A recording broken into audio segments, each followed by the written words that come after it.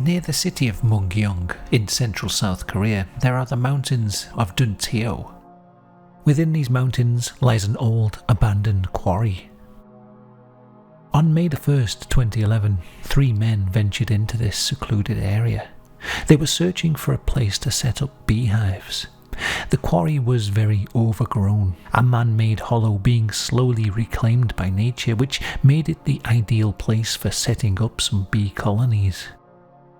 As they ventured deeper into the overgrowth, they came across an extremely unusual sight. 3 wooden crosses had been erected near to the overgrown path. They were set up in a row. There were 2 smaller crosses either side of a larger one. The small crosses were empty, but the larger one in the middle appeared to have what they first took to be a mannequin hanging from it. As they got closer though, they started to hear a swarm of flies buzzing, and they saw that there was blood dripping from the figure on the cross. They realised then that this was no mannequin. They were looking at the crucified corpse of a man.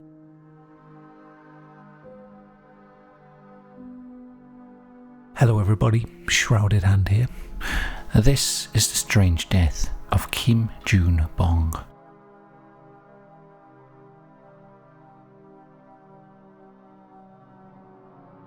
When they realised what they were looking at, the men immediately called the police. 2 of them, a father and son, were visibly terrified by what they'd seen, but the 3rd man, 53-year-old Ju Hyun-soo, seemed to be strangely fascinated by the crucified man. Once the police had arrived and they'd been briefly questioned, the father and son hurriedly left the quarry, determined never to return. Ju Hyun-soo, however, decided to stay, and he even took some photographs of the corpse. As the police searched the scene, they found various items that seemed to have been used in the crucifixion. A hand drill, a knife, hammers, nails. There was also a piece of rope which had been wrapped in duct tape, which seemed to have been used as a makeshift whip. There were also more enigmatic items, such as an alarm clock and 2 mirrors. 1 mirror had been placed on the ground in front of the large cross, and 1 had been secured to one of the smaller crosses nearby. Both of these mirrors were facing the corpse. They also found a piece of paper with the words, "Jesus of Nazareth, King of the Jews," written in Latin. The dead man was dressed only in white, blood-stained underwear. Nails had been driven through his hands and feet, attaching him to the cross. A crown of thorns was on his head, and there was a large wound on the lower right side of his abdomen, resembling the wounds of Christ. There were also bandages wrapped around his wrists, torso and neck, which seemed to have served as additional support to keep the corpse on the cross. The deceased man's SUV was found parked nearby, as was a makeshift shelter that he appeared to have been living in for some time. He was identified as a 58-year-old taxi driver named Kim Jun-Bong. His hometown was Changwon, which was nearly 200 kilometers away from where he was found. Police began to look into Kim Jun-Bong's life, and they were searching for clues as to how he might have ended up crucified in a quarry 200 kilometers away from home. What they discovered was a pretty tragic life.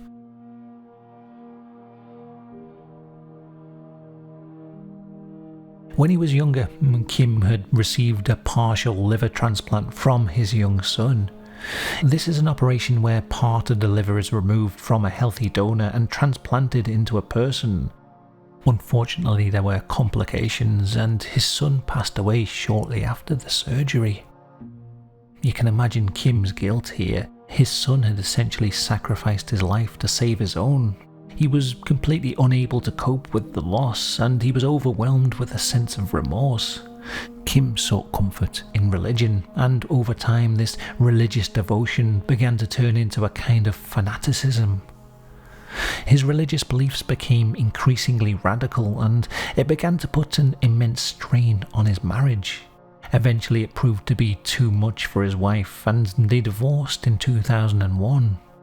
Now Kim had lost his son and his wife. This seems to have pushed him even further into his spiral of religious fanaticism.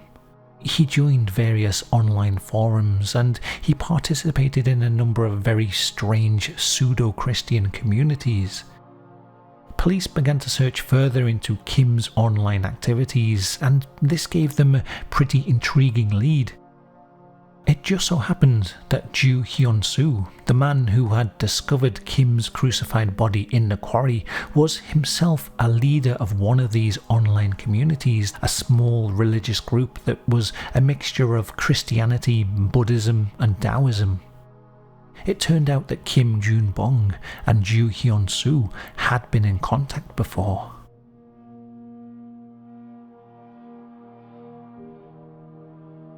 Naturally, the authorities considered Ju Hyun-soo to be a prime suspect. They discovered Ju Hyun-soo's personal blog where he'd posted uncensored images of Kim's crucified body. Below them he wrote, "What led you to be in this state? Did you want to offer sacrifice for all of the sins caused by the corrupt world again? Or did you want to experience for yourself the pain of Jesus Christ when he died 2,000 years ago?" Apparently this blog, along with the pictures, was available online for quite some time, but it appears to have been taken down. There was also something a bit suspicious about how Ju Hyun-soo had found the body. A father and son had wanted to find a place to put their beehives in the mountain area, and so they'd enlisted the help of Ju Hyun-soo. He was known to be an experienced beekeeper, and he offered to escort them into the mountains to help them find the right location. Apparently the father had found a spot where he wanted to put the hives, but Ju disagreed and he led them into the quarry directly to the location of the body. Whilst all of this is quite unusual, none of it proved that he'd killed Kim Jun-Bong. He claimed that he'd simply taken them into the quarry because it was a more secluded spot, and all of the photos that he'd posted had been taken on May the 1st, when they discovered the body. There were no photos taken before the death occurred. When questioned, Ju Hyun-soo quickly admitted that Kim had been a member of his online religious community and that they'd both communicated online, although it was a long time ago. He also admitted that he'd met up with Kim Jun-Bong in 2008 and that he'd taken him to that particular quarry. According to Ju Hyun-soo, Kim had confessed to him that he believed himself to be Jesus Christ. Ju told him that a person cannot be Jesus Christ and suggested that Kim Jun-Bong had misinterpreted Ju's online teachings. According to Ju Hyun-soo, this had been their last encounter and he hadn't spoken to him since. Police checked Ju's online messages and this seemed to check out. They couldn't find any other evidence of him and the deceased man communicating.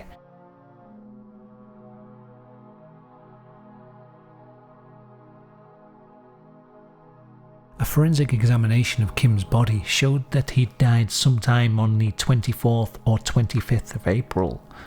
There were no injuries that suggested any kind of a struggle. It seems as if everything that had been done to him had been inflicted with his consent. Police searched the quarry carefully, trying to find any evidence of third-party involvement to see who had been with him at the time. And this proved to be a dead end. Between the time of Kim's death and the discovery of the body on May the 1st, there had been very heavy rainfall in the area. This had totally erased any evidence that someone else might have been there. Further examination of Kim's movements in the days leading up to his crucifixion did suggest that he'd gone to his death willingly. About a month prior to his death, Kim quit his job and he sold his private taxi cab. He then cleared out all of his possessions from the room that he was renting. At some point during this time, he purchased a brand new SUV. His behaviour here was also strange. He allegedly didn't want the car to be delivered to him.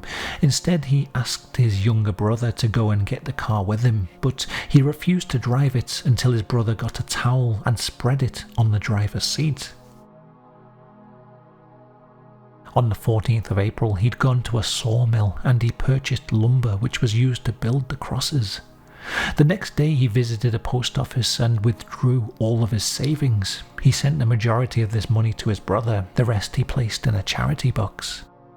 he also cancelled his phone contract, but just before he did this, he spent a lot of time online researching the crucifixion of Jesus.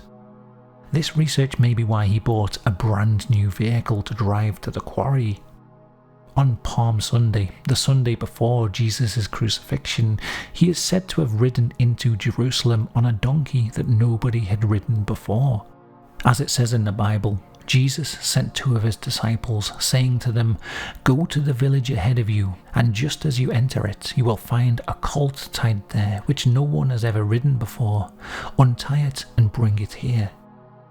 Back then, an animal which hadn't been used for labour was thought of as being suitable for sacred rituals. The vehicle that Kim rented was fresh from the factory, and the fact that he didn't want it delivered seems to be because he didn't want anyone else to drive the car before him, so it could have served the same purpose as the colt in the biblical story. The Bible also describes how the disciples threw their cloaks over the donkey's back before Jesus got on it.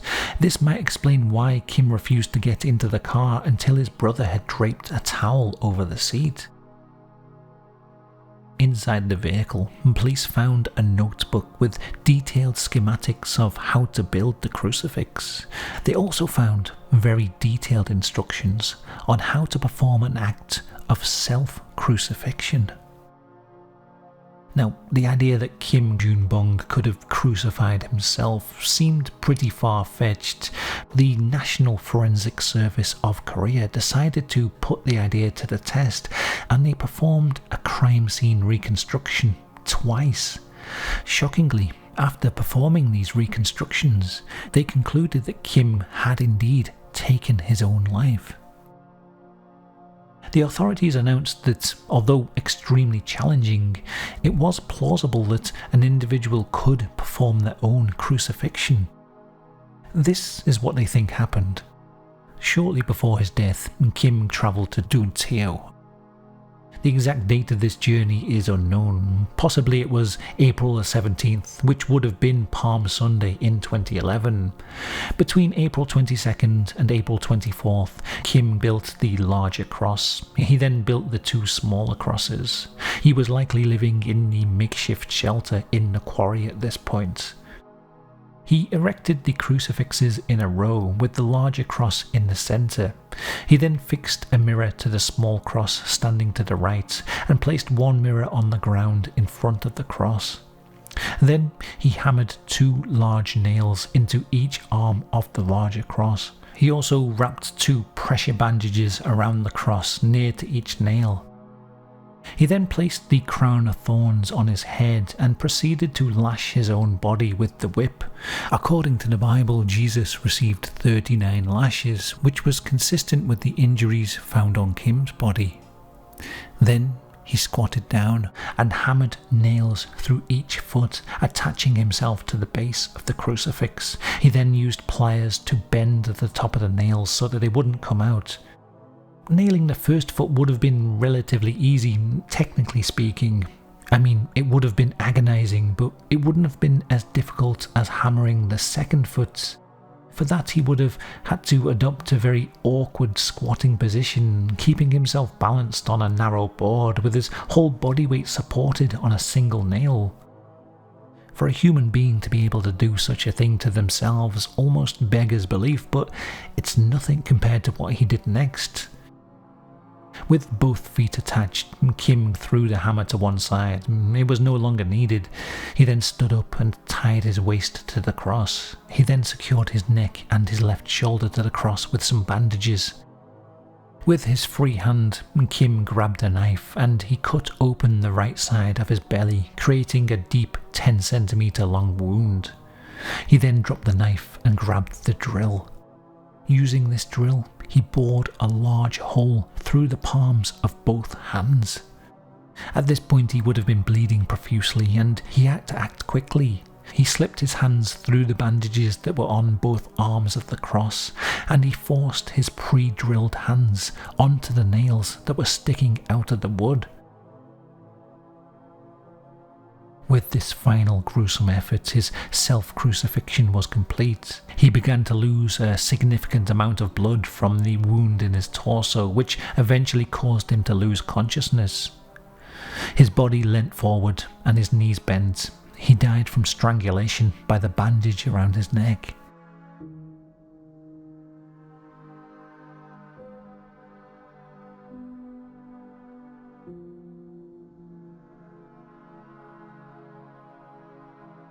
It sounds crazy, but as I said, they did recreate this crime scene twice just to be sure, and the authorities were convinced that this is what happened.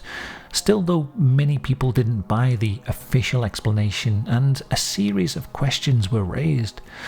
For example, from the moment that Kim started nailing his feet to the cross to the moment where he was fully attached to it, he would have required a number of items: nails, a hammer, elastic bandages, a knife, a hand drill. He was only wearing white underwear, so how did he manage to hold on to all those items? One theory is that he hung them off one of the nearby crucifixes and just reached for them when he needed them. There's also the question of how exactly he managed to drill 2 holes in both hands. Now, this wasn't some electric drill that he used, it was more like a giant corkscrew.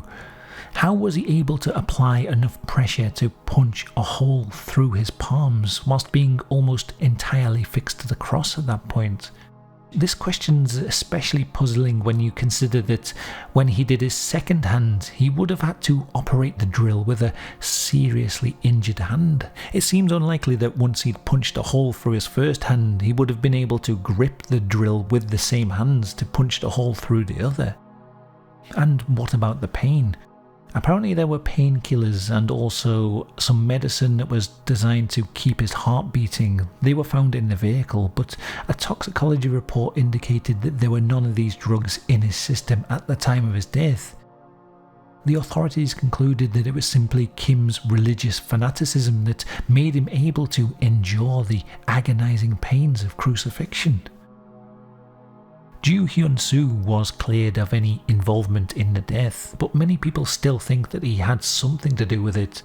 The fact that he was the leader of an online group that Kim was so obsessed with, the fact that he'd previously met with Kim and taken him into the quarry, the fact that he'd led the father and son right to the crime scene and then seemed to be unusually interested in the death, taking photos and posting them online.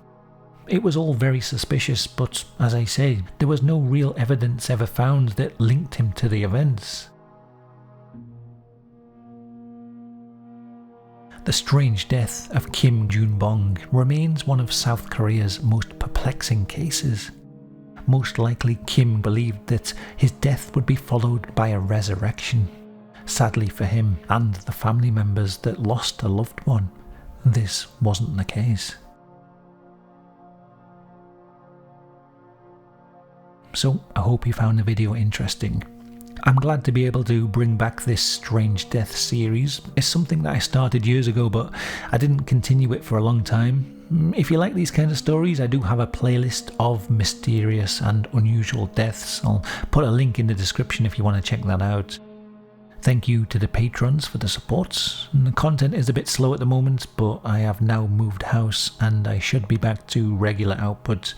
My voice might sound a bit echoey at the moment. That's because I'm sat in a big empty room surrounded by boxes. It is better than the little box room that I used to work from though.